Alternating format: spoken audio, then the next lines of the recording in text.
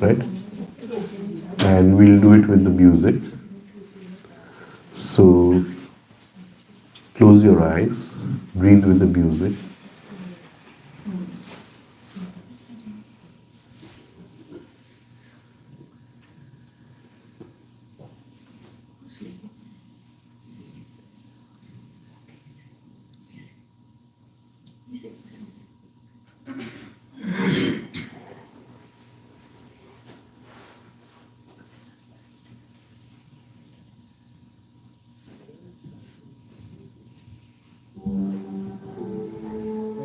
Breathe with the music.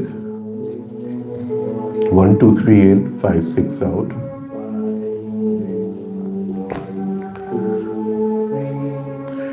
Now visualize a beam of light from the top of the head going right down into the perineum.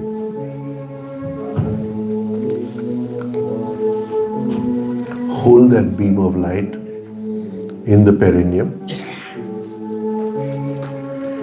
Visualize the Mooladhara chakra as a ring the size of an 8-anna coin with 4 spokes. Put the beam against one of the spokes and rotate the chakra anti-clockwise. 1 breath, 1 rotation. 1, 2, 3 half, 5, 6 the other half. 2, 3 half, 5, 6 the other half. Together with your breathing, breathing in and breathing out. 1, 2, 3 in, 5, 6 out. 1, 2, 3 half, 5, 6 the other half. Rotate it using that beam of light, pushing against the spoke of the chakra.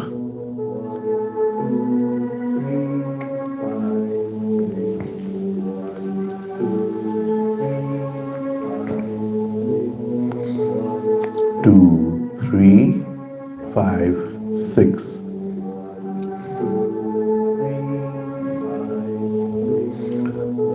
Okay, now keep rotating.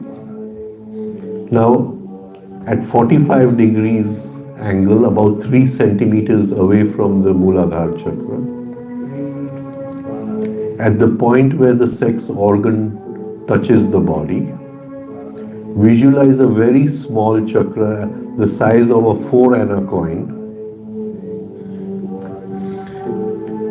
Even though it has 6 spokes, we will visualize only 2 spokes. Put the beam against one of the spokes and rotate it clockwise. 1, 2, 3 half a turn, 5, 6 the other half a turn. 1, 2, 3, 5, 6. Clockwise. Mooladhara we rotated anti-clockwise. Svadhisthana we rotate clockwise. 1, 2, 3, 5, 6.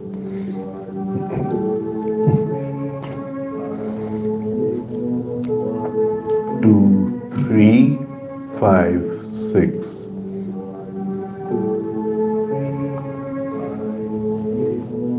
Keep the beam of light steady.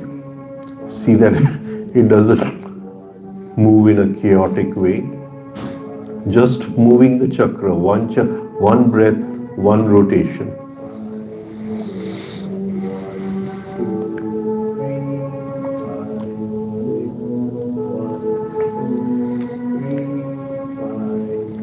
Now visualize both the chakras, starting with Svadhisthana. Go clockwise 1 turn of Svadhisthana. Come down with the beam of light and go anti-clockwise 1 rotation of Mooladhara. We will do this in 2 breaths. Sorry, 1 breath. So now in 1, 2, 3 you will do the whole rotation, and 5, 6 you will do the whole rotation.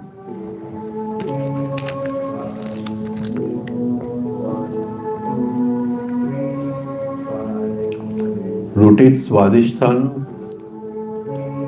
in 1, 2, 3, one full rotation. Come down to Mooladhara, rotate it 5, 6, one full rotation. Make the figure of 8. It's the figure of 8.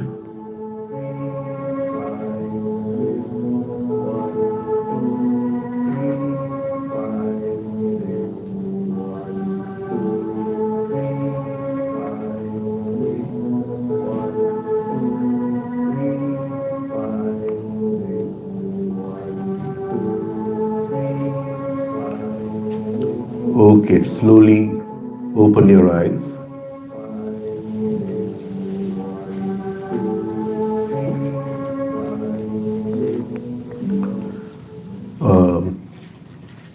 Right, now we'll practice the mantra for Svadhisthana. Right, so we'll go with the tick-tock. 1, 2, 3, we'll breathe in. Please don't breathe in for more than 3. So it'll be 2, 3 in, then go up to 10, or you can go up to 12 or 8, whatever.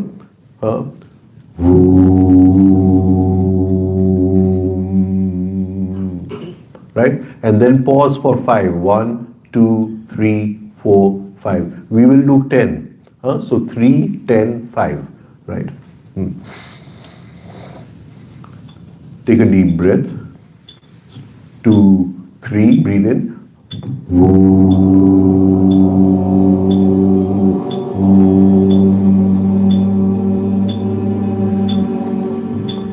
5, 1, 2, 3, 4, 5. Breathe in 3. 1, 2, 3. Breathe out.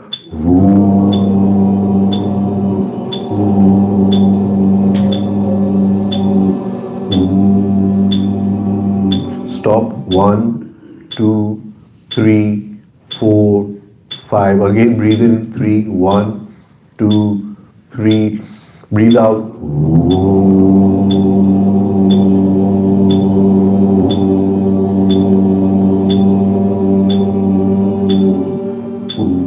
Stop.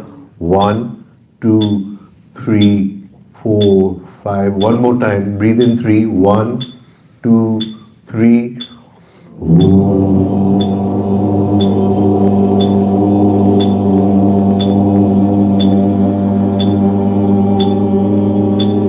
Pause. 1, 2, 3, 4, 5. Okay. Now I want to add one exercise over here before we go into the Svadhisthana Chakra. That is the Chandra Bhedan Pranayama. Are you all practicing this in your yoga classes? The Chandra Bhedan? Not Chandra Bhedan. Surya Bhedan is very dangerous, very, very dangerous. You must do the Chandra Bhedan, not the Surya Bhedan.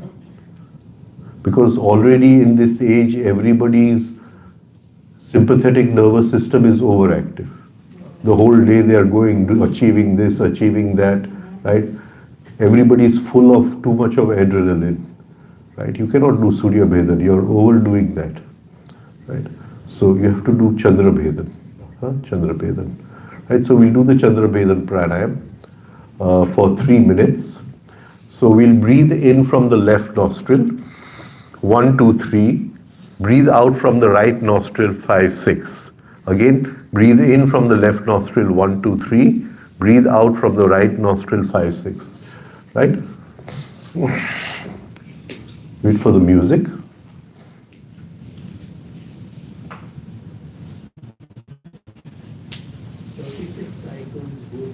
Sage loud. Right? So just watch me do it one round at least, then we'll start together.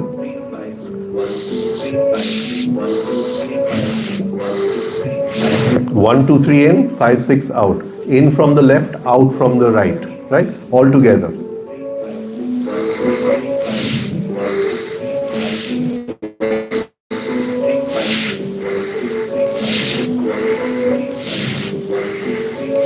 Let the breath go in long, breathe out long, don't be aggressive, very relaxed, no aggression.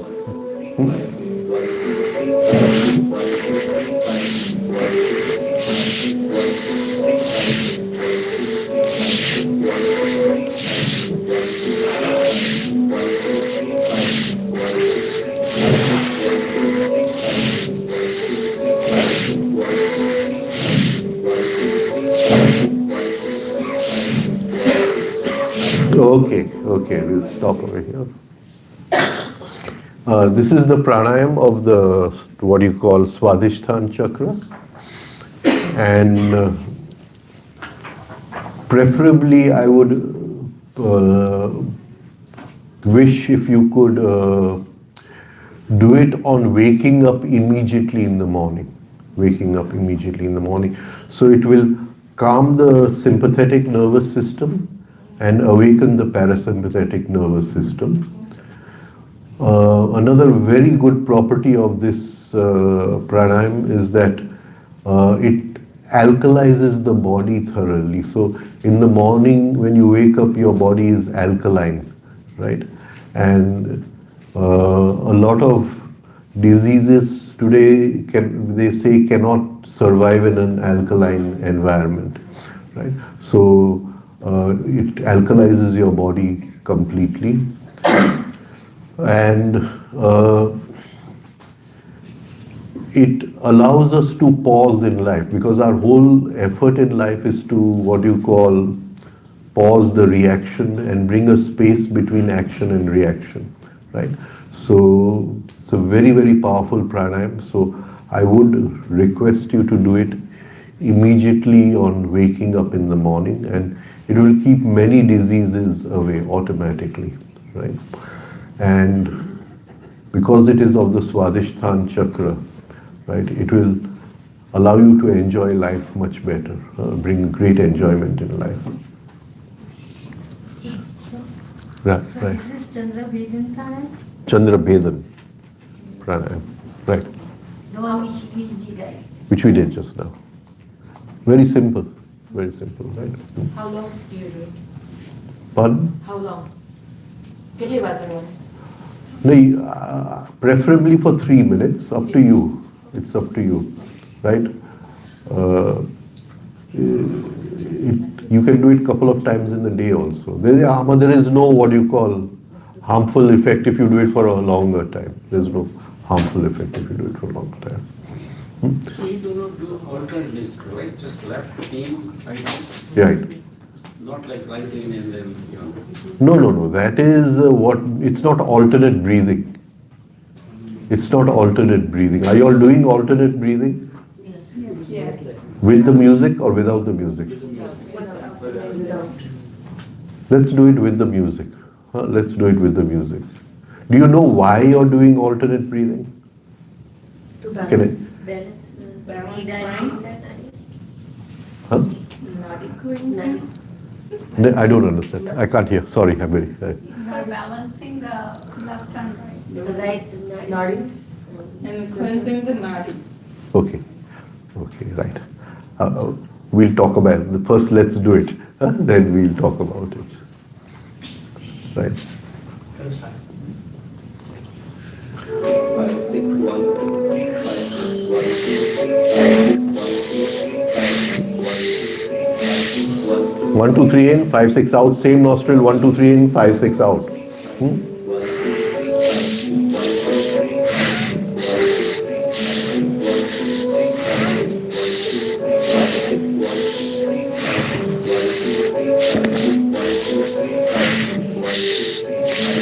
Okay. Right. This is a very good pranayam, but please do it with the music. Don't do this without the music, because when I see people doing it on TV, I'm so shocked the way they are doing it. And please don't do it aggressively, like they do it on TV. It's terrible, right? You'll just increase your anger by doing it aggressively, right? Okay. Want to go into the chakra, or do you want me to explain this pranayam first? Whatever you all want, because my time is limited. So what do you want to do? Chakra. We want to go into the chakra, right? Okay. Okay. So explain the pranayama.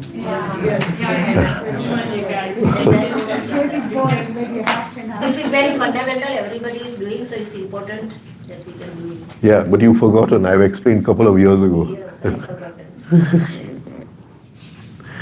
Okay. I'll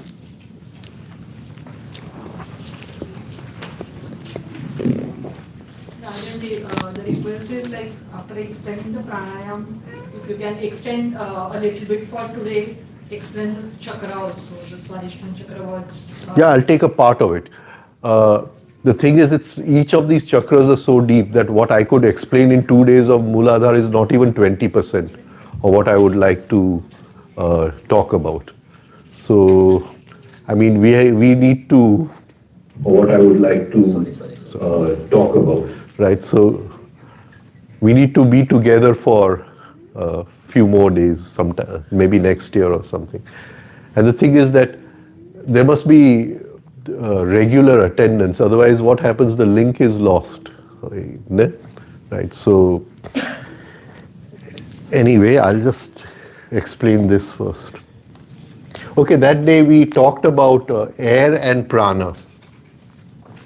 So when we breathe in, what goes in is air plus prana. Air plus prana, right? Now it goes here and the air goes into the lungs, right? The air goes into the lungs. At this point, we have two nadis, one here and one here, right? The right nadi, of course, is called as Pingla or the Surya nadi, and this is called as Chandra nadi, Ida, right? So we have two nadis. Of course, when we go much deeper into yoga, we will see that again these nadis are divided and there is Surya and Chandra in both the nadis, right? But we won't take up, there will be more confusion over here. Now, so at this point, the air continues its journey into the lungs, right? And the prana goes into the nadi. So there's a separation of air and prana. The prana goes into the nadi. The prana goes into the nadi and the nadi wraps around the backbone and filters into the perineum.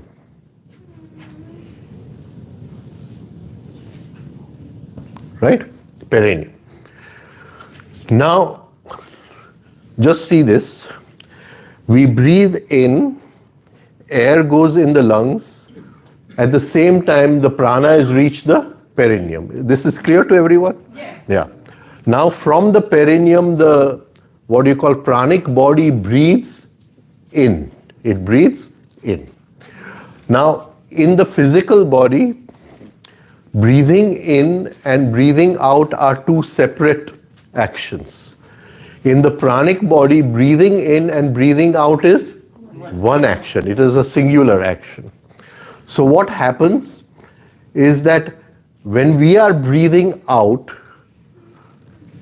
then this prana which has come here into the perineum is going into the pranic body, and the prana of the previous breath, the prana of the previous breath is coming into the perineum, is coming into the perineum.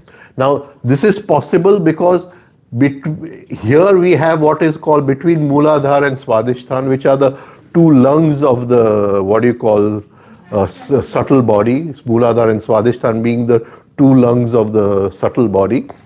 We have what is called the figure 8. So it is like this. So from one side the prana is coming out, and from the other side the prana is going in. Can you get it?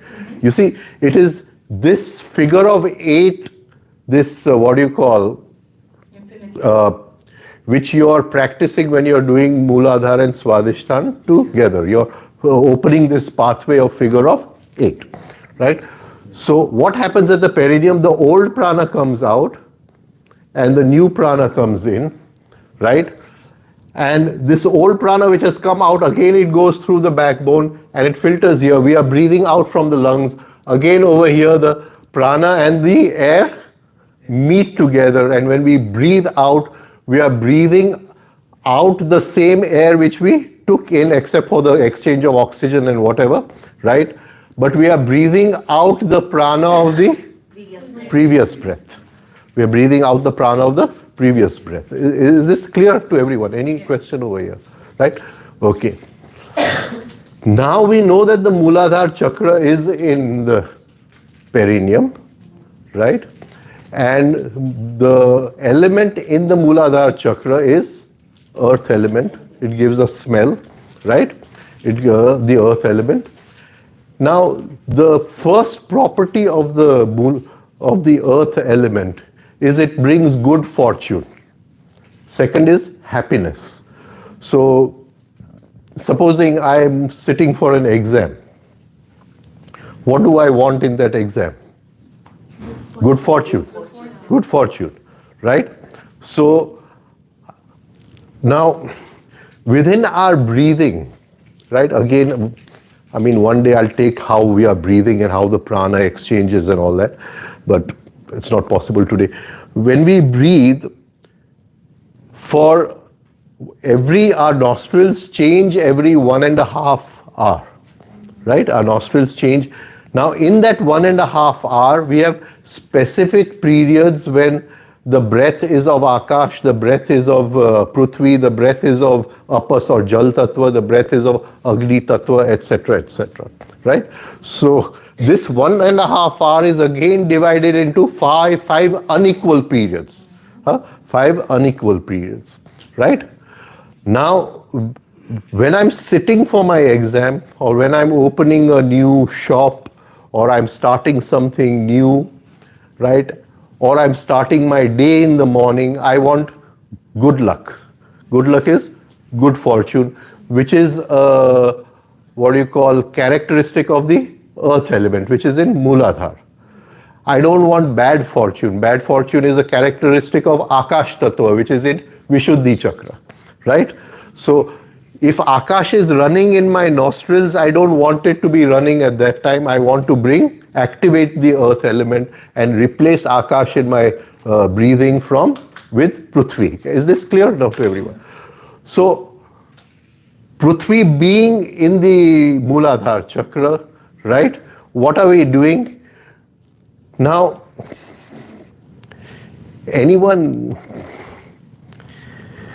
science does not have the answer to this question, right? And if anyone can answer this. Why do we have 2 nostrils? Right? In nature is very perfect, right? Nothing is accidental in nature, right? Now, before science, there's a big question that just to breathe, we need only 1 nostril.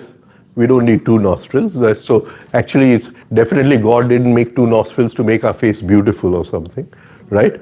So why do we have 2 nostrils? Why do we have 2 nostrils? I'm going to attempt. Huh? Because we have 2 sides of the body. No, we saw the prana separates over here, right?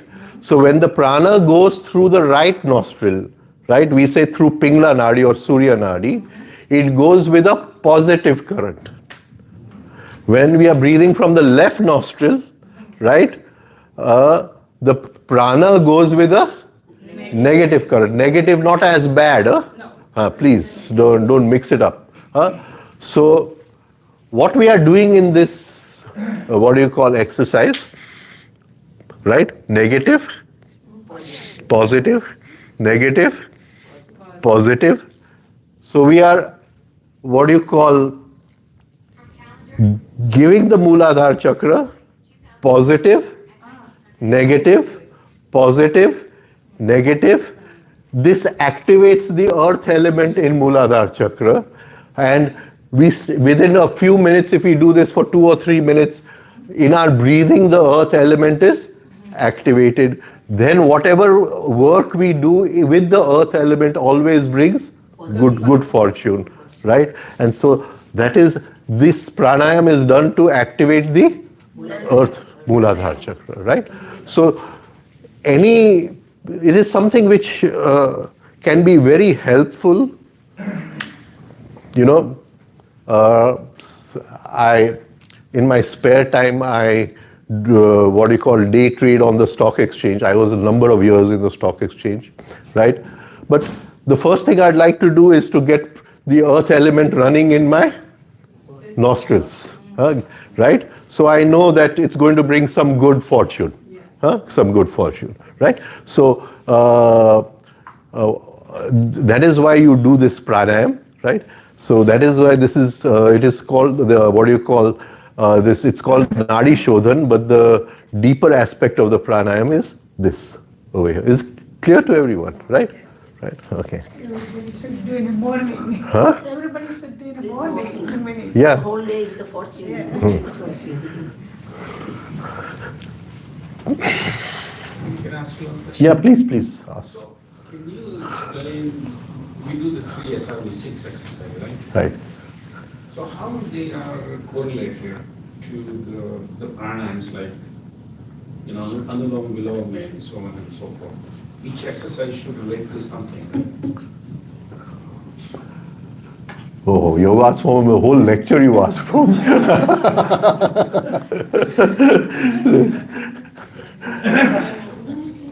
Okay, I'll just touch upon it a little. Right? Because this is a whole talk I'll have to give, and there are so many deeper aspects of the exercises. First of all, these pranayams and asanas which we are doing, they are at least 2000 years old, right? Now, what has changed in 2000 years? And most important, the brain has changed, right? The brain of man has changed. So the brain has become more subtle. Cells in the brain have opened up which were not there 2000 years ago, right? And those subtle cells of the brain have to be protected. Certain pranayams and certain asanas can destroy those cells, which bring finer intelligence, right? And so there has to be a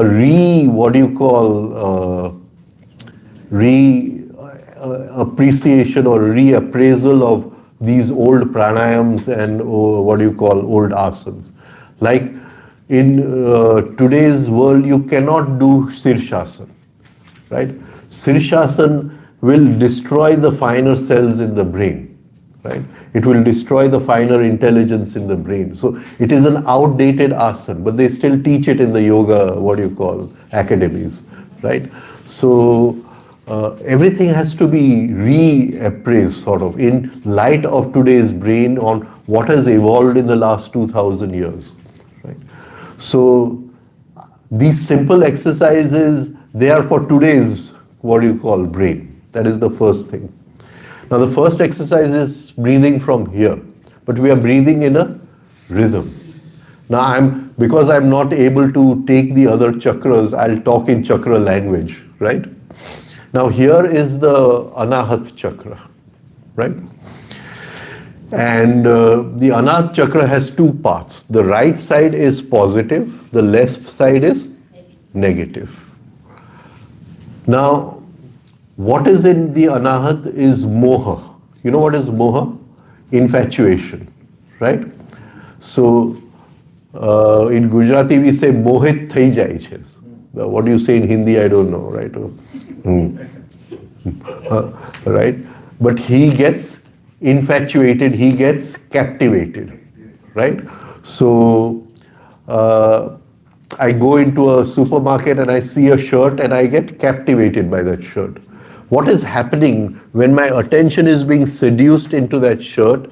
The left side of the Anahat chakra is moving anti-clockwise.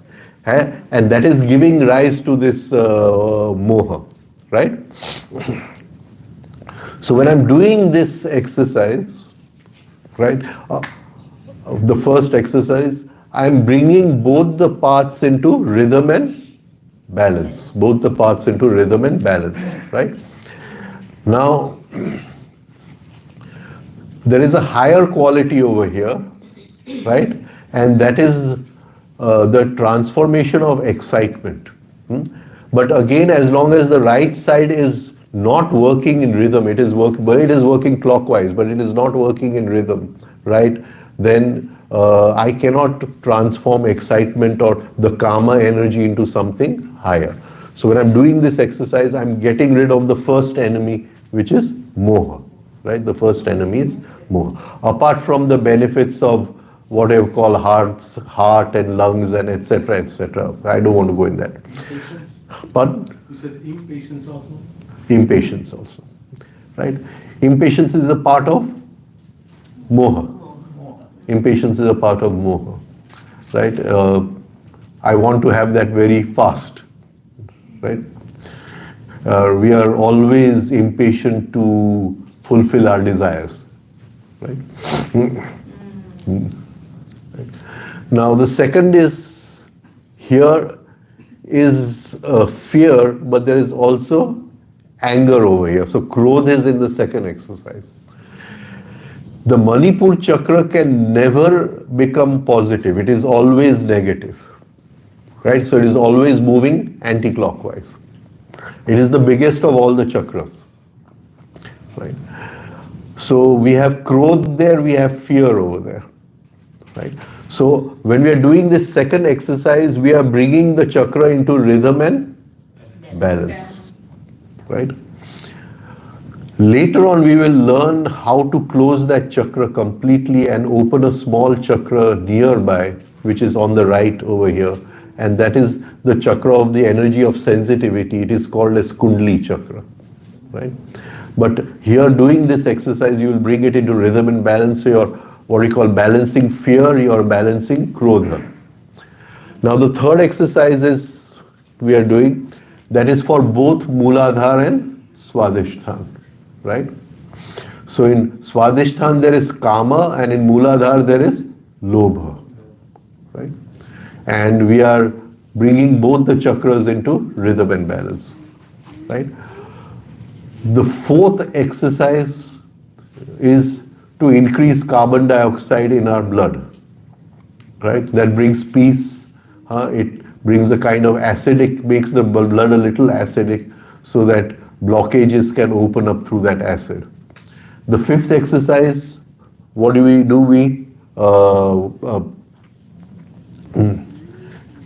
We practice the pause. We practice the pause. We breathe in, hold, we breathe out, hold, we practice the pause. And the sixth exercise, we are opening the Vishuddhi chakra, right? And the Vishuddhi chakra is the chakra of pain, right?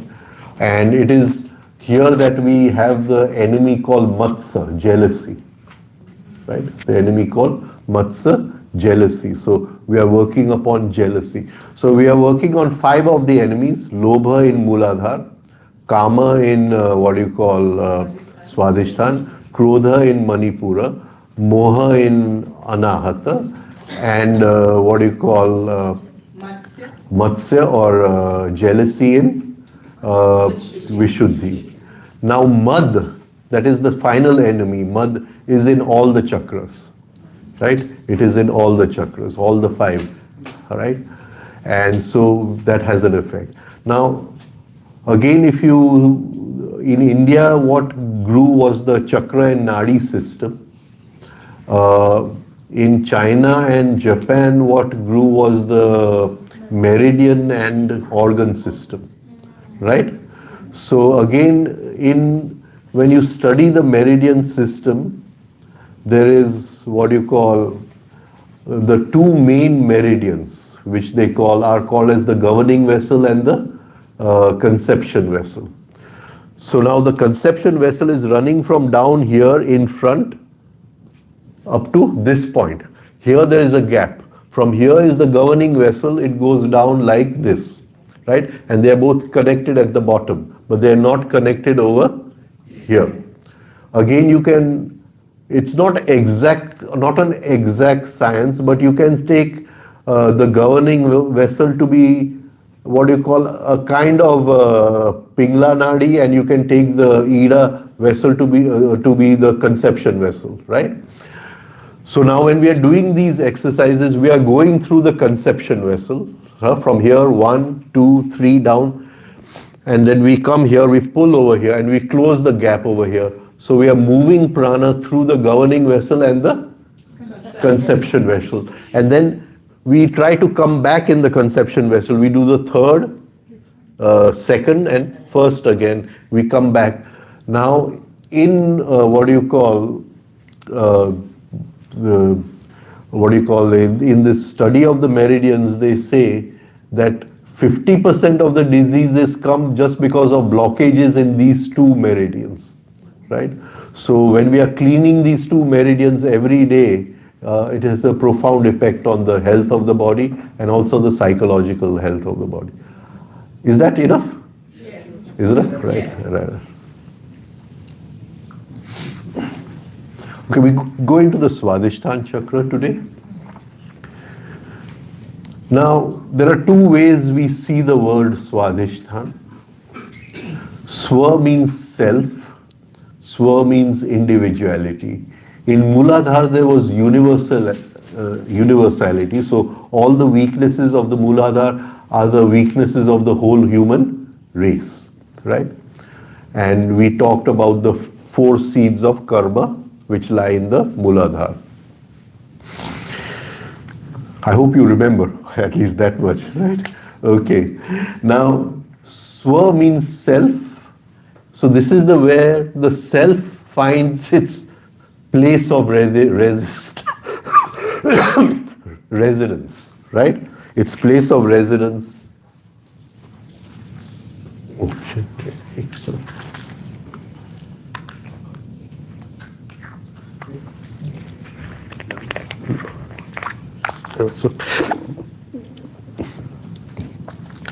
And there's another way to look at this word, which is not deepest. It is not the perfect meaning in Sanskrit, but many people look at it because it is the Svadhisthana Chakra, and that is, the word is Swad Ishtan, the sthan of Swad, the sthan of taste.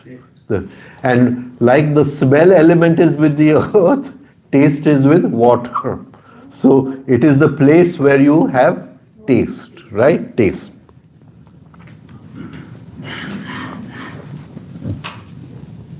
Now, in a way, taste is everything. Taste is everything. And the Vaishnavas, the people who worship Krishna, they call taste as ras. Ras.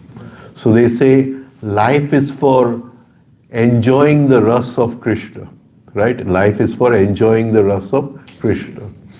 So in every action of life, if you are extracting the taste, if you are extracting the ras, the juice, right? If you are extracting the juice, then you are extracting enjoyment from life. And this is what the Svadhisthana Chakra is about too. Once you start working, it is the most beautiful chakra, right? And we all want to walk up on consciousness and reach truth, right? But truth is dry. Truth is at the top of the mountain. It is something which is very dry, right? But as you go up the mountain, you pass through the beautiful valleys and with streams and birds and the smell of flowers and fragrance of flowers and all that. And that is the Svadhisthana Chakra. That is the Svadhisthana Chakra, right? So it has a spiritual side also, but it has a side where you can enjoy life to its fullest in the Svadhisthana Chakra.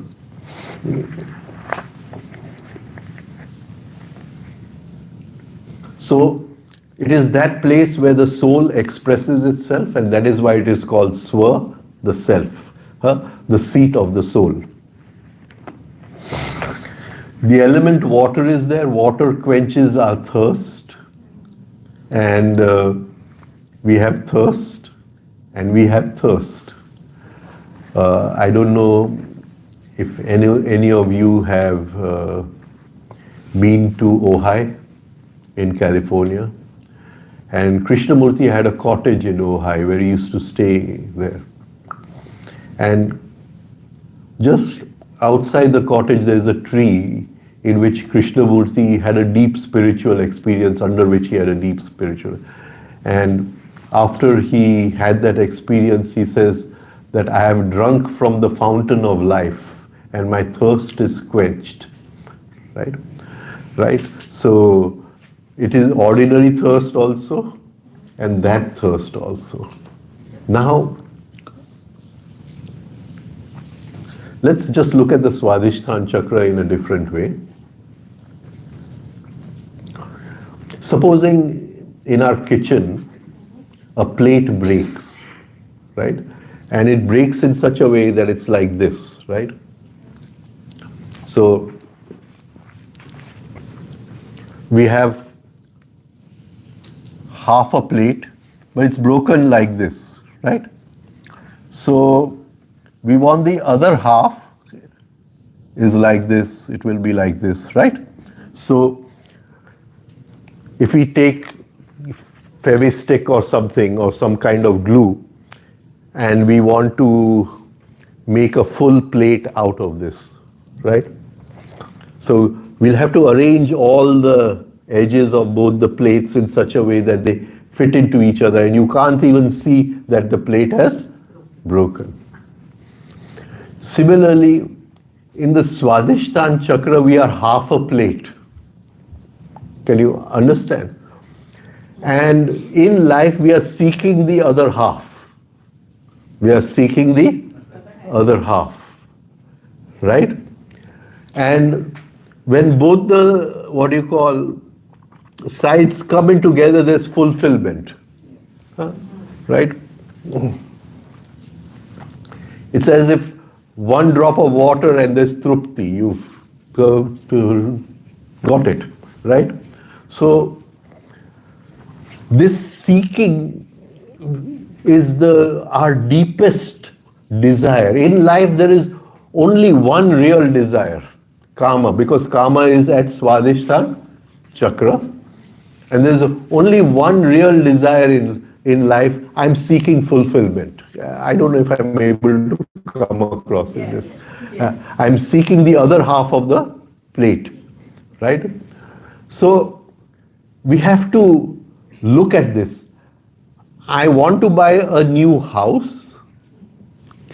Can you see? But really it is not the desire to buy a new house. It is that desire for fulfillment which I think I will be able to fulfill by buying a new house. I don't know, am I coming across in this? Yes, yes. Right? Or I say I want to buy a new car. Well, it is not the desire to buy the new car. It is that inner desire where I'm seeking the other half of the plate that I am buying a new car. Right? So in life there is only one desire. Right? I'm seeking the other half and that is to be fulfilled. In every relationship I'm seeking it, whether it is friendship, whether it is mother-father, whatever relationship, I'm seeking that other half and I feel I'll fulfill that other half by buying a new clothes or, having a good relationship with somebody, but that's not true. I just feel that is true. The reality of what I'm seeking is that other part of the plate so I can be fulfilled. And the beauty is the other part of the plate is not outside. It is within me. It is within me.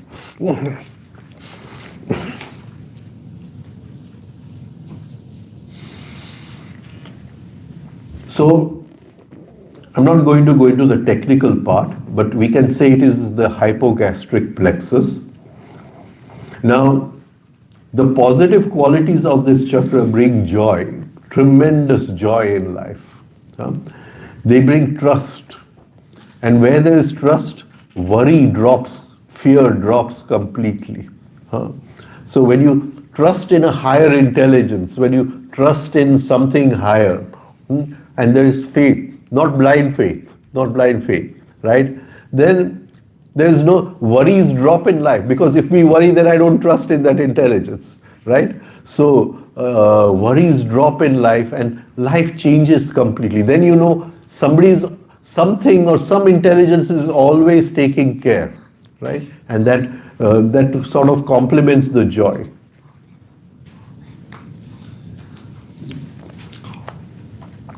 So Mooladhara brought happiness, but Svadhisthana brings joy, ecstasy.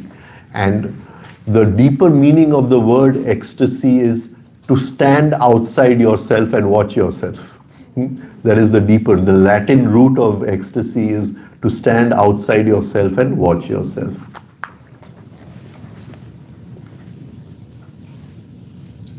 And its element, like I said, is water, taste, that to extract the juice of life. It is not that Krishna is Makhan Chor. We are all Makhan Chor. Every moment we must steal the butter of life from every moment of life, right? And that is the Svadhisthana Chakra. The sex gland's lower function is connected to Mooladhara, but the higher function of the sex act, the sex energy, is connected with Svadhisthana.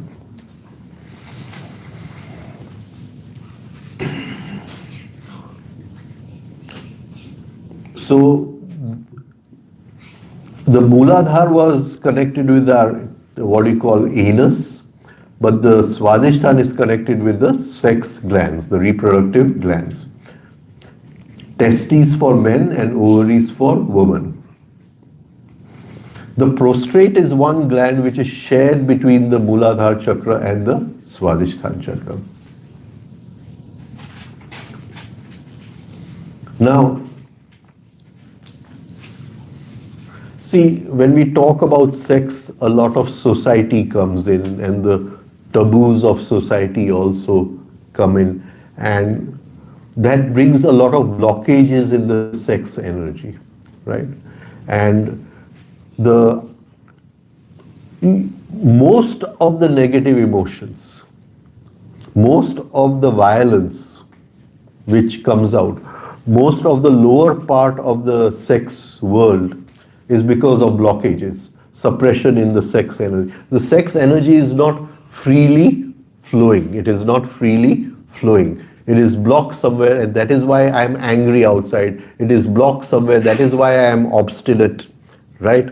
So it is blockage. You'll see some people are inflexible. They are not, they cannot adapt only. These are all blockages in the sex energy. And the deeper the blockages, the more the blockages, then it can also lead to sexual perversion, right? Sexual perversion, right?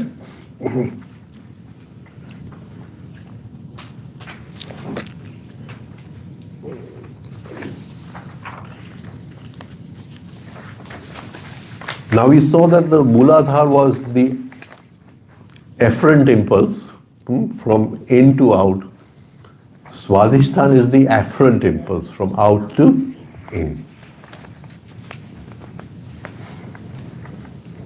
So we call it the prana impulse, and that is called as apana impulse. Now when we create an afferent impulse consciously, something is happening at this chakra, and I'm going to draw a diagram, right? It's something really beautiful.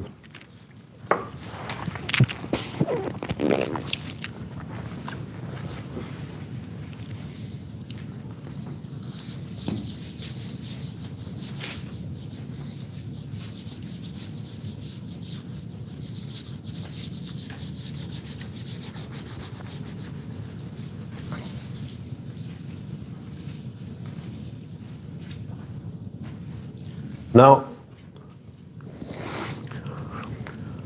something comes from outside, right?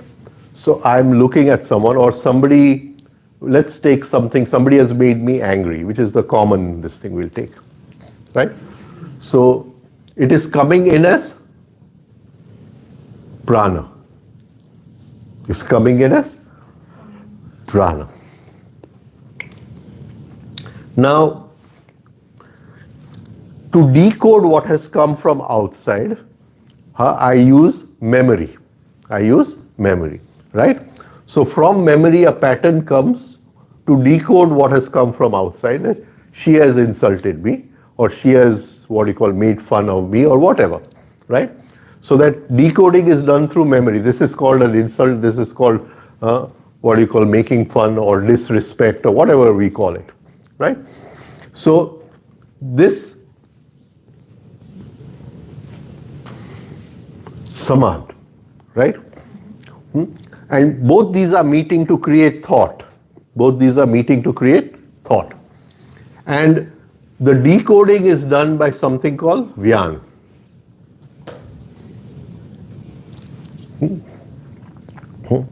Right?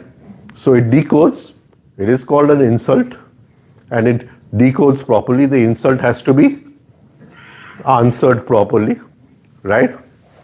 So it sends back an impulse to the, first it may send to the tongue, so I may just call her names or whatever I want to give it back to her. But if I'm a little more, suppressed and little more aggressive, it may send it to my hand also, right? You lift the hand and right? So this impulse which is going out is called as an apan impulse, right? Now, her insult has come in as a pran impulse. Memory says this is called an insult. So memory is brought to meet that impulse by saman, right? There is a decoding done by Vyan, right? And Vyan says this is called an insult and it has to be answered properly, right? So it sends a message to the tongue. I'm not bringing the inner instruments into play, just to keep this very simple. Now,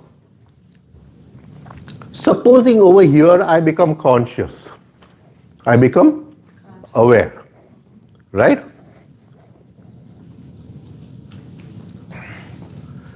And I say, how can I get angry? I'm working on anger, right? And anger was lying within me. I have to thank her because she insulted me. And that anger which was lying in my subconscious, it came into my conscious because she insulted me. It is my anger. It has nothing to do with her. Can I work with that anger? I pause that anger. So what am I pausing? The apan impulse. Before it goes to my tongue and I give her something, right? I'm pausing the apan impulse over here.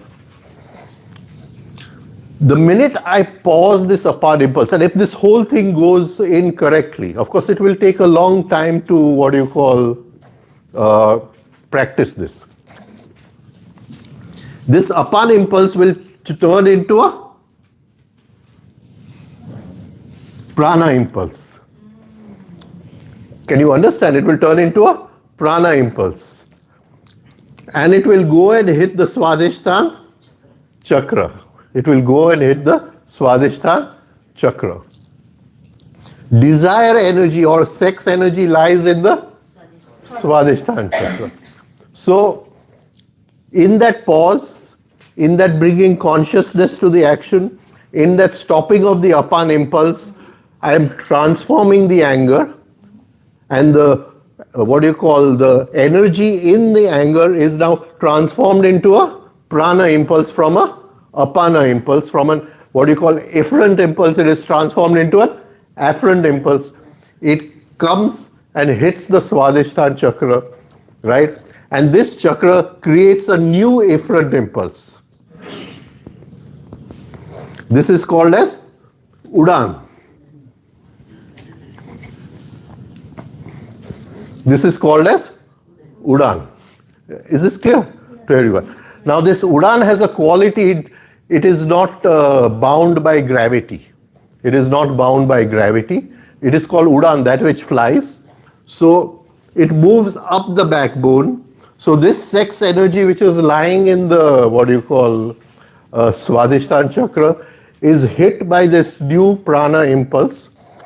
It starts rising in the backbone, right? And it comes up and saturates the brain, and it brings expansion of consciousness. That small consciousness which I brought in pausing the action now suddenly expands. Now something more happens here. If you are with me, I can go a little deeper into this, right? So Udan went where? You said from the Svadhisthana, it created the Udan impulse. It hit the Swadhisthana, Right. and in the Swadhisthana was sex energy. Now sex energy has three parts: the physical part, the psychological part, and the spiritual part, right? So the physical part, nothing is going to happen. You understand? What is going to change is so we call the psychological part as virya and the spiritual part as ojas. They will start rising up the backbone. The physical part, Shukra, is still there. The Shukra is still there, right? So they will start rising up the backbone, and they will saturate the brain, and they will bring expansion of consciousness, right? So that small consciousness which we paused the reaction, because the reaction was mechanical, reaction was automatic. We paused the reaction of my giving it back to her, right? I paused that, right? And I created a new impulse. And this is what do you call this? Rising Udan. You call it the rising of the Kundalini, right? You're calling it the rising of the Kundalini. You're not doing any special exercises for Kundalini. Can you understand, right? You're just living your normal life, right? And this you can practice from morning to evening in everything, because you may go out of your house and somebody has parked a car opposite your car, so you can't take, and you're in a hurry to go to what you call the office, and your car is blocked, and suddenly there's this irritation. Pause, create the Udan impulse, right? Don't waste it. Right, okay. So here there is expansion of consciousness. Now something more is over here also, and this is, it is as if what we call Jugalbandi, that not only expansion of consciousness, but there is balance also. I'll just explain that.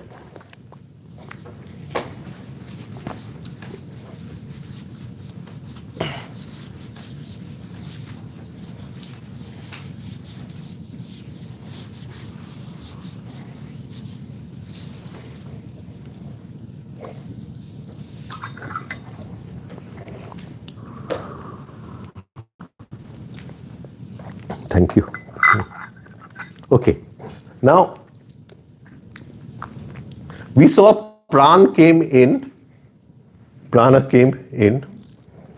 Saman brought the memory pattern to meet the prana. Saman brought the memory pattern to meet the prana. Now, we have to understand the function of this Saman. To understand the function of Saman. So, now, why is it called Saman? I'll just, give it to you over here. That she is coming in as electromagnetic impulses. Those electromagnetic impulses are a combination of the 5 elements and the 3, and they are coded in what you call the 3 gunas. I don't want to go into this just now. So the memory pattern which comes out, it will be of the exactly same code, right? But this is a very deeper science. We'll take it some other time. The science of darshan, what we call, right? So the memory pattern is of the same code, identical memory pattern it is called, right? So it is decoding that this is an insult, right? But because it is identical, it is called as Saman. Can you understand? Yes. What do you call? It is of the same ratio, right? So this Saman brought this memory pattern, a thought was created, I have to give it back to her, etc., etc. We saw that. Now, let's take this in a different way. It will give you an idea of how karma is created.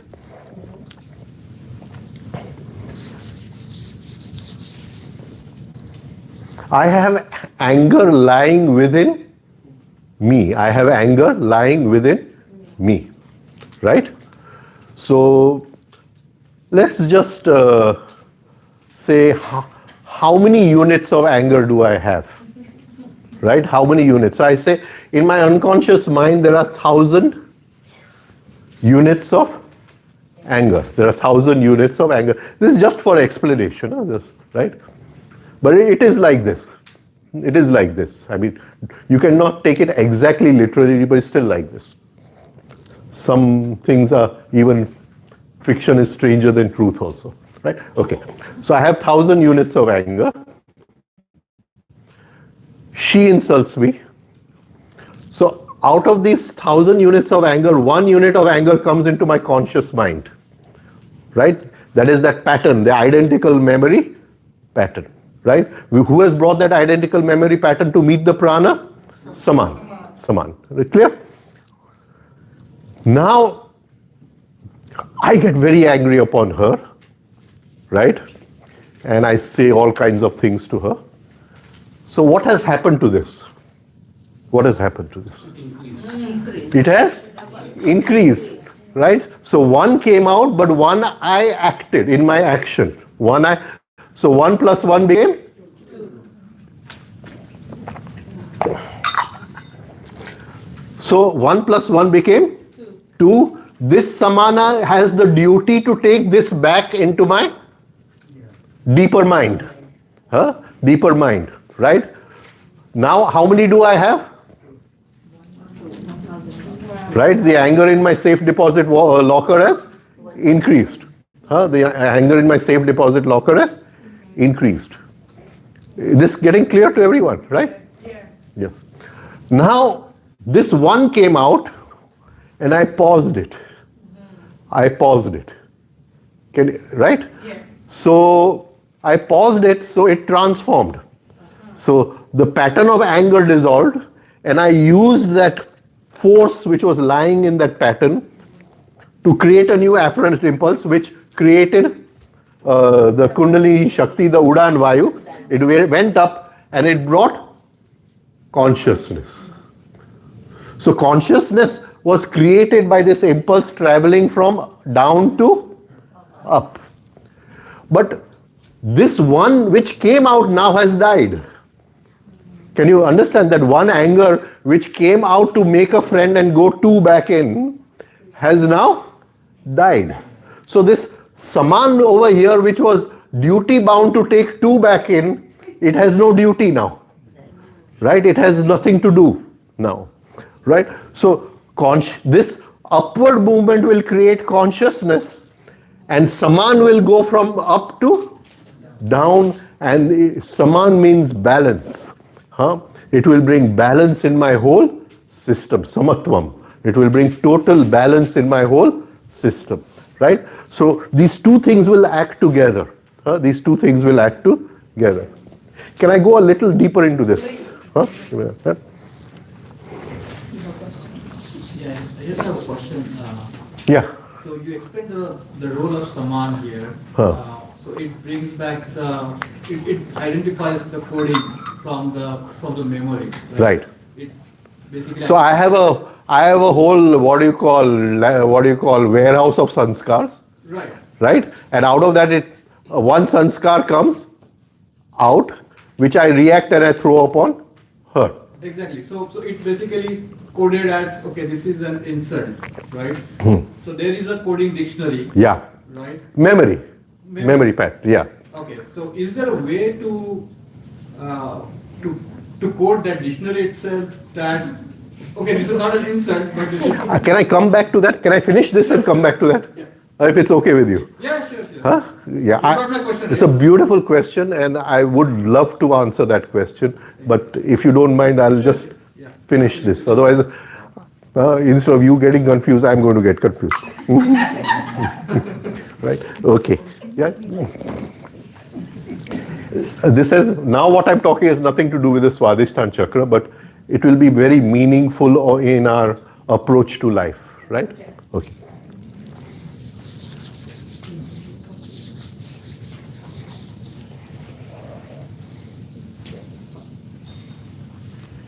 Now,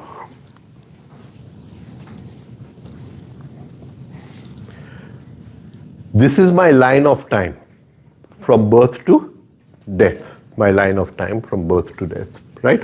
And I'm moving on this time. And events are coming to meet me. Now, who is inviting those events? What is, not who, but what is inviting those events? Planetary materials. Your desire. Consciousness. No, consciousness has nothing to do with the event. The consciousness has to do, the event comes as a stepping stone to rise in consciousness. प्राणी मात्र साधक है और हर परिस्थिति साधना है. Sadhana. Huh? The karma is calling those events? Who is inviting the event? These 1,000 patterns of anger. Who is inviting the events? These 1,000. It is the magnetism of these 1,000 patterns of anger which is inviting the events. Why are they inviting the events? That's right, to get a chance to There are two reasons. okay. Two reasons. Come on. Get a chance to become neutral. That this 1,000 anger in my subconscious or unconscious mind is like a political party, right? And they want to win the election, right? So what do you need to win the election? From 1,000 you have to become 1,001, right? So it sends a message to her, an invisible message to her, that I want to become 1,001. You please insult me. Can you understand? Right? In that I become 1,001 and we win the election. Clear to everyone? Yes, Right. that's one reason. That is one reason. The other reason is to go into that. Yeah, we're coming to that. Coming to that. The other reason is the soul is bound by these 1,000 angers. These are the chains on the soul, right? And the soul is asking for freedom. The soul is asking for freedom. So this is a two-way process. The soul is saying, you insult me, so anger comes up and he becomes conscious and I'm free of that anger. And anger is the party of anger, whichever party, political party it is, right, is saying, you insult, so we become from 1,000, we become 1,001. Is this now clear? Okay. So,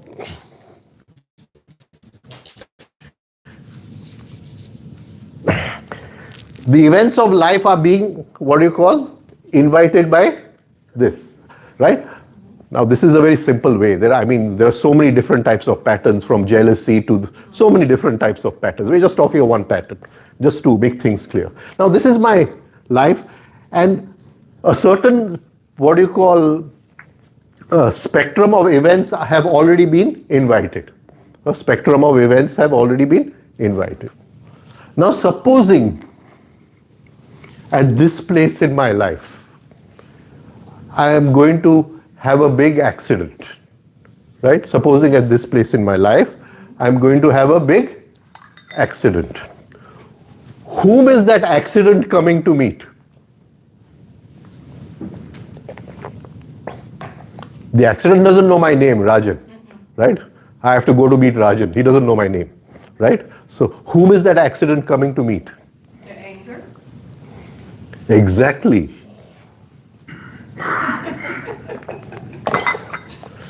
It is this vibrating 1,000 angers, because these patterns are vibrating, which is inviting this accident.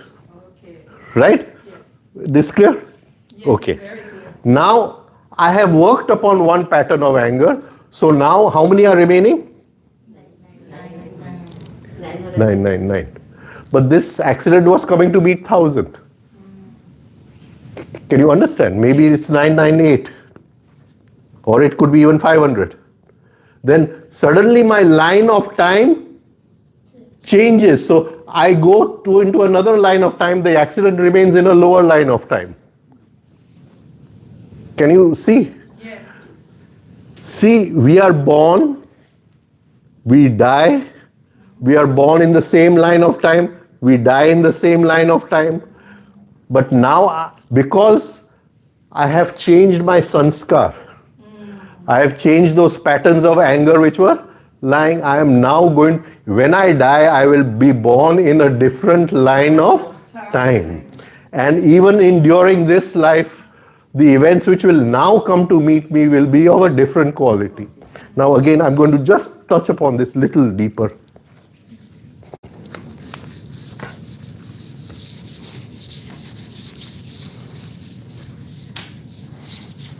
So astrology will say this event is coming to meet me, right? But that person to whom the event was coming is no longer there. That birth chart is no longer there. He has risen above that event. It can't come.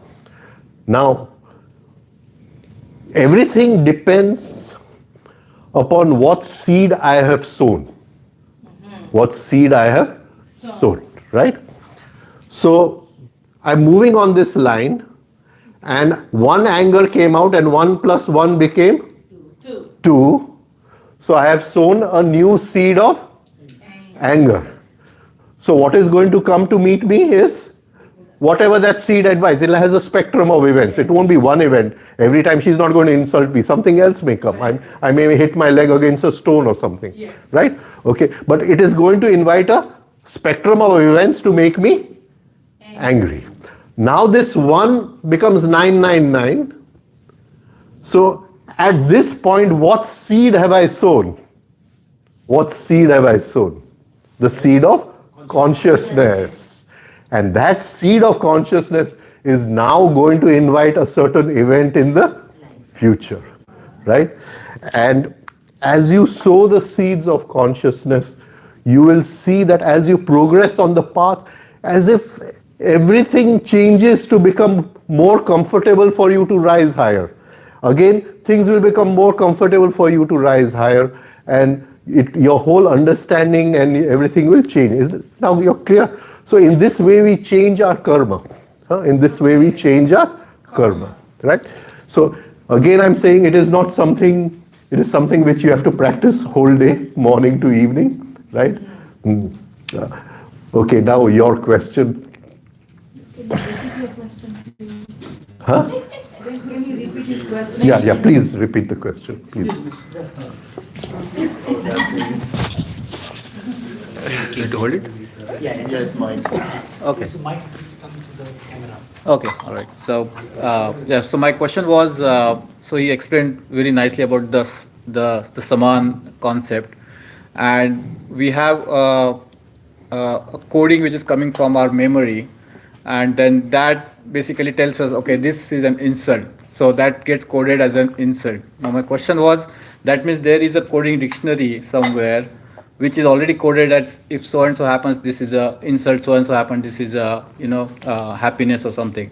So what if we, instead of going through that cycle you explained, is there a way to change that coding dictionary itself, where if somebody insults and the person might take, oh, this is not really an insult, but this is something else, so that I don't know what stage that might be, but This is not an insult, this is something else, maybe. Exactly. That is the way to change. Right. So yeah, my question was, is there a way to change that dictionary itself? Yeah, but in the end, the cycle is the same. Right. Okay. Now, I'll explain. Yeah. In the end, the cycle is the same. But now the coding has changed. Yeah. But now the coding has changed. Right. Okay. Yeah, please. Yeah. Thanks for changing that coding for us today. Yeah. No, if this can bring some understanding in our lives, of how life moves, then my work is done, right? Yeah. This is a very different question. Losing your loved ones. Okay, can I answer him first? Then I'll Yes, go to your yes. question. If you don't mind. Huh? Right. Okay, now you tell me. You've already given the answer. And this was one exercise which the Guru gives to the disciple. Thank you. Right?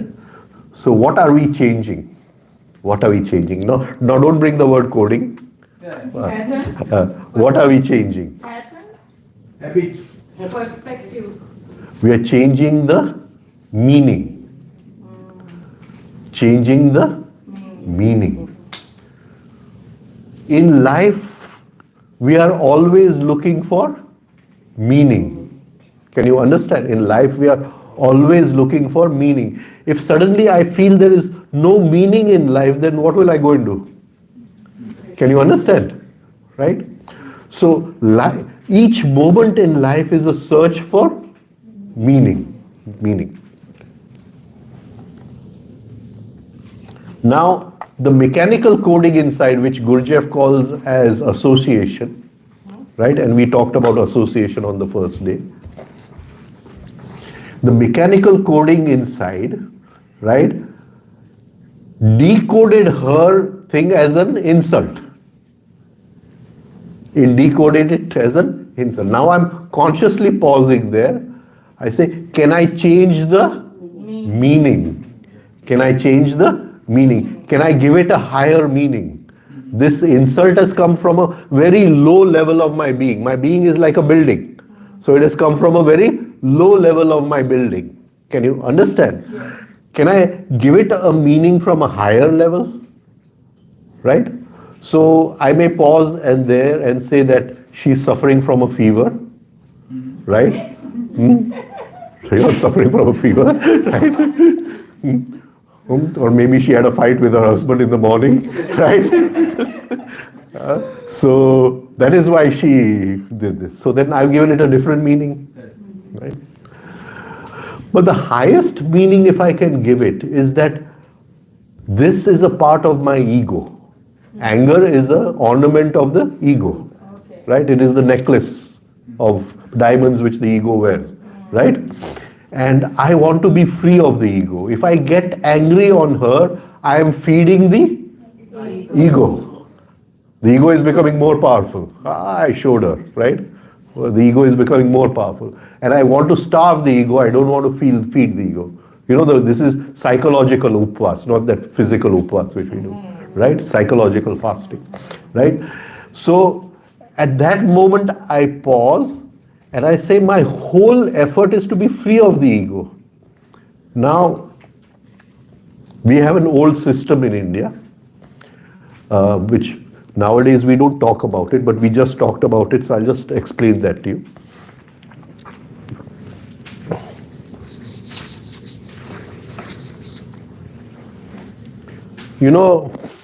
When they first, broke the atom, when they went into subatomic particles, science, and they split the atom, and the particles could not be seen. Under no microscope could the particles be seen. Can you understand what I'm trying to say?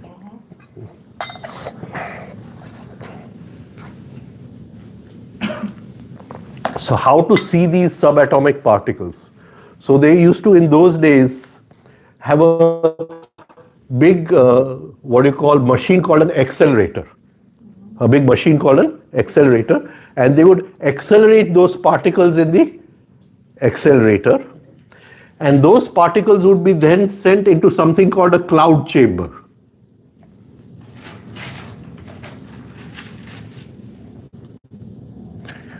It was named after the scientist, Wilson's cloud chamber, right? Which was filled with gas, right? So those particles would make patterns in the gas. From those patterns, scientists started studying subatomic particles. They could not see the particle, but they saw the effect of the particle in gas. You understand what I'm trying to say? Similarly, the ego cannot be seen. There is no way to see the ego.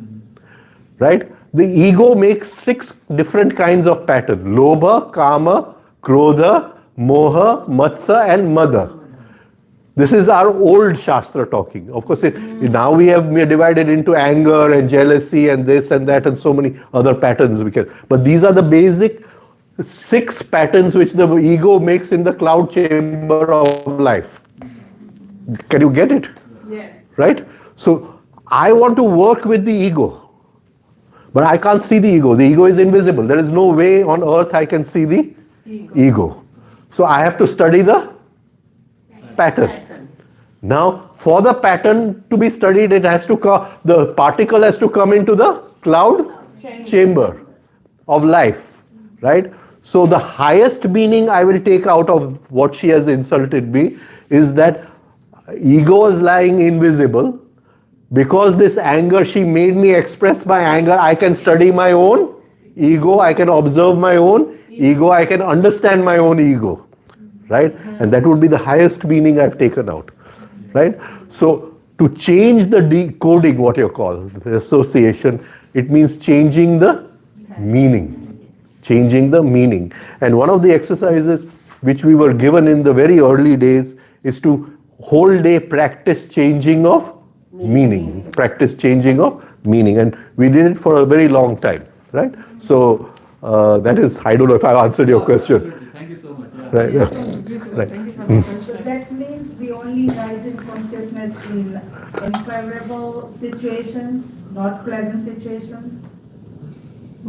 Okay.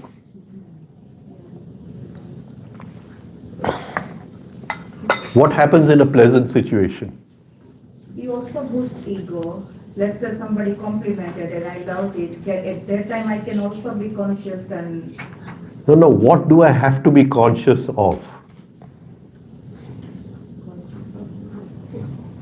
Sukh anushai raga, dukh anushai dvesha. What do I have to be conscious of? Okay. And this is, you have to go a little deeper into your subconscious mind, right? Supposing you and some friends have gone out on a picnic, right? And you had a wonderful time, and then you're partying and you're going home. What do you say? Thank you. Let's do this again. Can you understand? Let's do this again. Can you understand? So whenever there is pleasure, behind that pleasure there is desire for repetition of that pleasure. Can you? Am I coming across in this? Right? So it is not just I'm talking about negative things, right? Whenever there is pleasure, wherever there is happiness, and pleasure many times is just fulfillment of the ego, which is really negative, right? So wherever there is pleasure, there is always behind the pleasure the desire for repetition, and we have to pause there because we are sowing the seed of repetition. We are sowing the seed of repetition. Okay, right? And that is also mechanical. Right? Okay, your questions. So I'll write to you. It's a long question. I'll have to. I'll write to you. I'll email you. Okay. Yeah. So now, once we have learned the meditation, are we allowed to use it for our loved ones? With the visualization, that's what I'm asking. The visualization, bringing in the light, coming down to the 1, 2, 3, the chakras spinning. Can we also do that visualization for our loved ones? May we do that visualization for our loved ones? For what? Healing.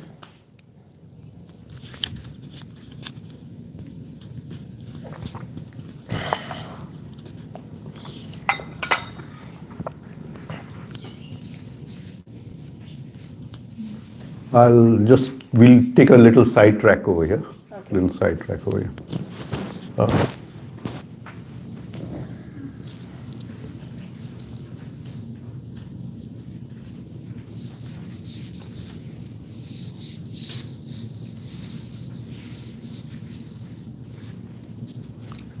Do you practice Omkar?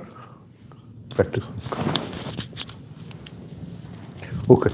Omkar has actually 6 parts, but I'm just talking of 3 just now, right?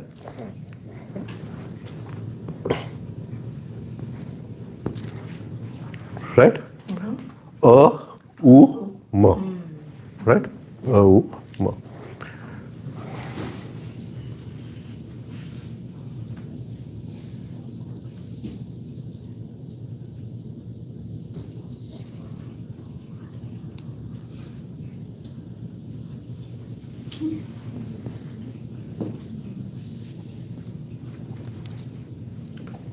Okay? Right? So, when you want to attract something material, when you use, right? So, supposing the whole Omkar would go, so say, Om,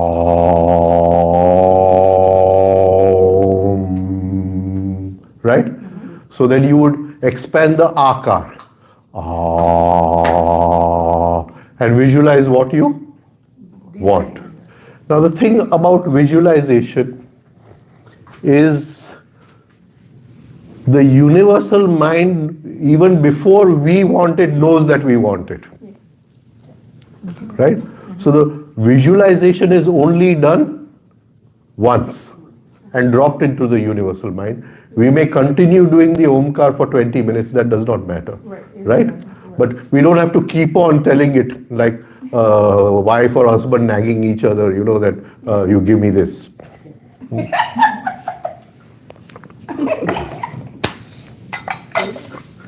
Now, this is the sound of relationship. This is the sound of relationship, astral sound, sound of relationship. It is also the sound of healing. It's also the sound of healing. Now, when we are practicing healing for someone, we can visualize that person, but more important than just visualizing that person, try to sense that person. Okay. Now, I'll just give an example that some people develop a kind of feeling that he's come from office. Now I'm sitting over here, there's no way I can see the driveway. Can you understand what I'm trying to say? Yes, you will know. So there is a sensitivity of presence. Yes. There's a sensitivity of presence of that person. Yes. Sensitivity of, am I coming across in this? Yes. Right. So you can visualize that person, but we want the sensitivity of that presence. And so you then expand the ukar. Okay. So then in the first, I wanted money or whatever material benefit. So I expanded the akar. In the second, I expand the ukar. So I'll go something like this.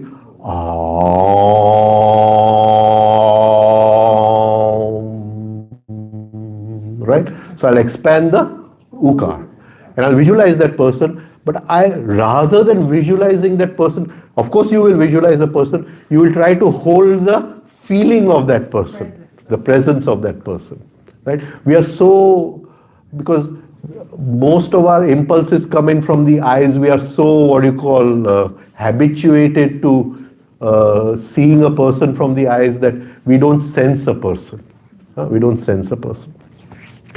So, and that, if you're doing it for 20 minutes, you can feel that presence and you vibrate that presence with your ukar. So as if that presence is there, you're holding it and you're going, you're vibrating that presence. So you can vibrate that and definitely reach, right? The healing vibrations will reach. Now, I just want to add one thing over here, but there is one law, right? You cannot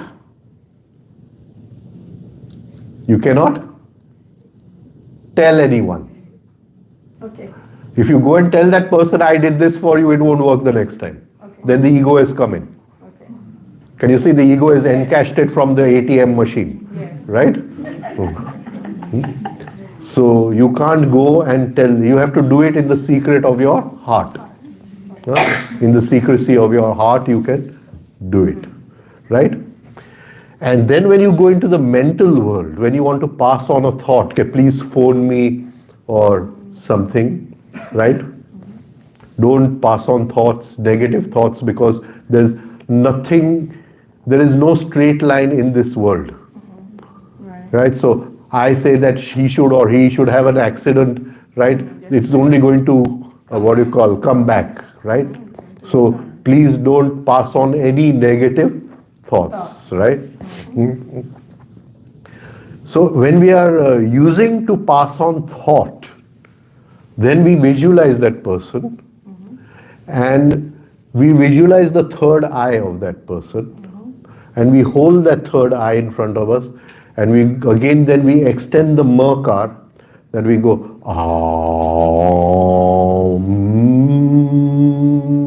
visualize the third eye and pass on what message you want to through the third eye.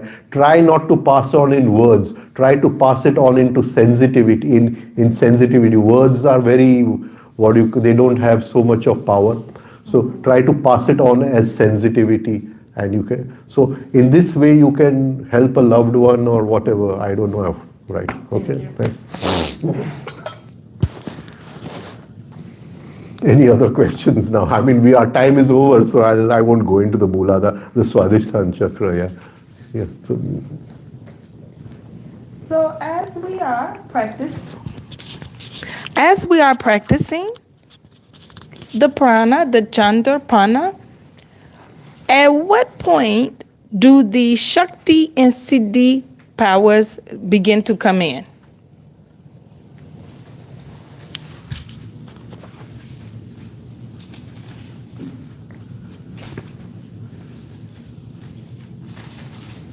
You want to ask everything in one day? Huh? Okay.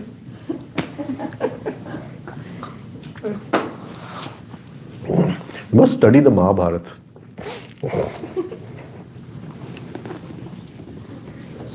All the answers are in the Mahabharata.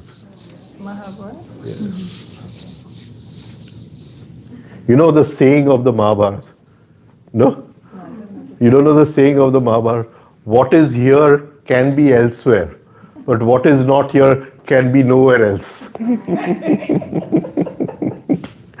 Right? So, okay. Now, 1,000 angers. I worked upon one anger, right? And it became 999. Now what happens to that empty space which one anger is no longer there? There can be no vacuum. There can be no vacuum. Something has to come into that empty space. Consciousness. Yeah. Consciousness is the seed I've sown. Okay. Oh. We thought it was consciousness. Okay. Right? So a new pattern will come in which is born out of consciousness. And that is called as Siddhi. Oh. Can you understand? Yes. Right? So now a new pattern will come into this thing. Right? It is also a kind of habit. There is a mechanical habit to get angry. Right? But now a new habit has come in to bring consciousness. Right? To bring consciousness. That is the beginning of Siddhi. Okay. The beginning of Siddhi. Because empty space can't remain. Okay. Now you imagine if you get rid of all 99, what kind of Siddhi you will have. Can you understand? Yes. What kind of Siddhi? So, right? So Siddhi is nothing but a consciously created habit, which is, we don't call it as a mechanical habit, we call it as a spontaneous habit. Okay. spontaneous habit.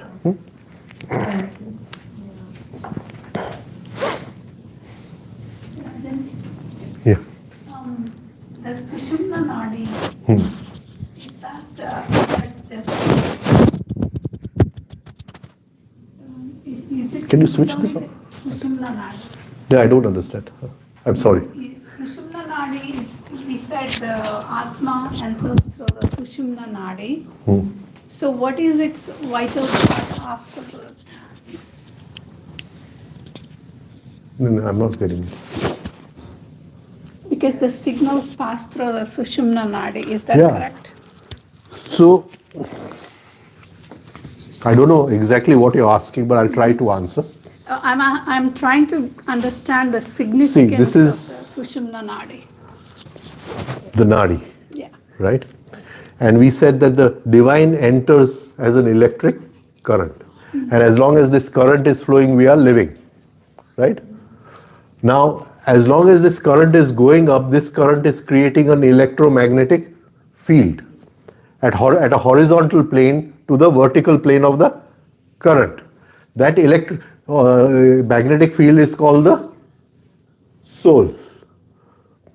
Can you understand? Right? So we have one electromagnetic field called the soul. I still have one question for everyone. Don't go away. Okay. Now, when the child cries, the breathing starts, right? And the prana comes in, right? And this prana creates another electromagnetic field. Can you understand? And this electromagnetic field, which is made through the prana of Ida and Pingala, is a powerful field. This field, which has come from the divine, the soul, is a very, very subtle field, right? So it automatically takes the shape of this field. In the Yoga Sutra, we'll have a sutra, Vritti Sarupyam Itaratra. So if there is not Chitta Vritti Nirodh, where is the Vritti? The Vritti has taken the form of where is the Drashtu? If the Drashtu is not there, then the Drashtu has taken the form of whatever Vritti. So this field being the Drashtu, it will take the form of whatever this field happens. Now, because this is dependent upon breathing, and all the four functions, thinking, feeling, sensing, moving, affect the breathing. So actually this function, this field is every moment being affected by our thoughts, by our feelings, by our sensations, and this divine field is automatically taking the shape of them. Now when we meditate, when we pause, we are not allowing these two fields to meet. We are trying to bring a barrier in between, bring consciousness between the two fields. And then we want to repair this field of the soul so that it leads us to the divine. Can you get it? So these are two electromagnetic fields, one of the body-brain system, which starts with Ida and Pingala, and one which comes with the current, which we call as Sushumna. Sushumna, right? So we want to make the Sushumna more stronger. We want to repair the Sushumna first. There's a lot of repair work to be done, right? Over thousands of years, everything has been disturbed, right? And even this field is not working properly. And the repair work can only be done in the present moment. It is only then that this field cannot, modify this field, in the present moment. Yeah. Thank you. Bolo, anything else? Anything else? Okay. What is your question for us? Yeah. Yeah, you have a question for us. Okay. You remember we explained that alternate breathing. Nobody asked the question. Now, when I breathe out, if it is the prana of the previous breath, it is the prana of the previous breath. What happens at the moment of death? There is one breath One left. breath left inside. Yes, there's one prana left. Not breath left. There is one prana left inside. Right? And that is the, what do you call, like in the computer you have a, what do you call, pen drive. That prana is the pen drive. It carries all the memory, right? And when the child breathes in at the point of birth, the first prana which goes out is that prana. By then it has put all the memory patterns inside. Right? So, Sanchit karmas comes there. Sanchit karma. It is the essence of the life, right? Yes, that's so. Right? So we should be doing special prana breathing when the mom is giving birth to the child.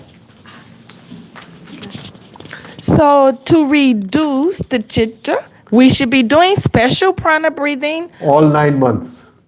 Ah, All 9 months. all 9 months. Huh? Okay. You become a mother and father 1 year before you have children. Ah, Right? okay. So you first say, I want to have children. Yes, Then you decide that no sex through excitement, yes, no sex for pleasure. yes. Now only sex for the Children. child. And we will practice this rhythmic breathing together, or we will do some mantra together. Okay. Right? Yes. Before we invite the child. Child. Right? Okay. Okay. Thank you.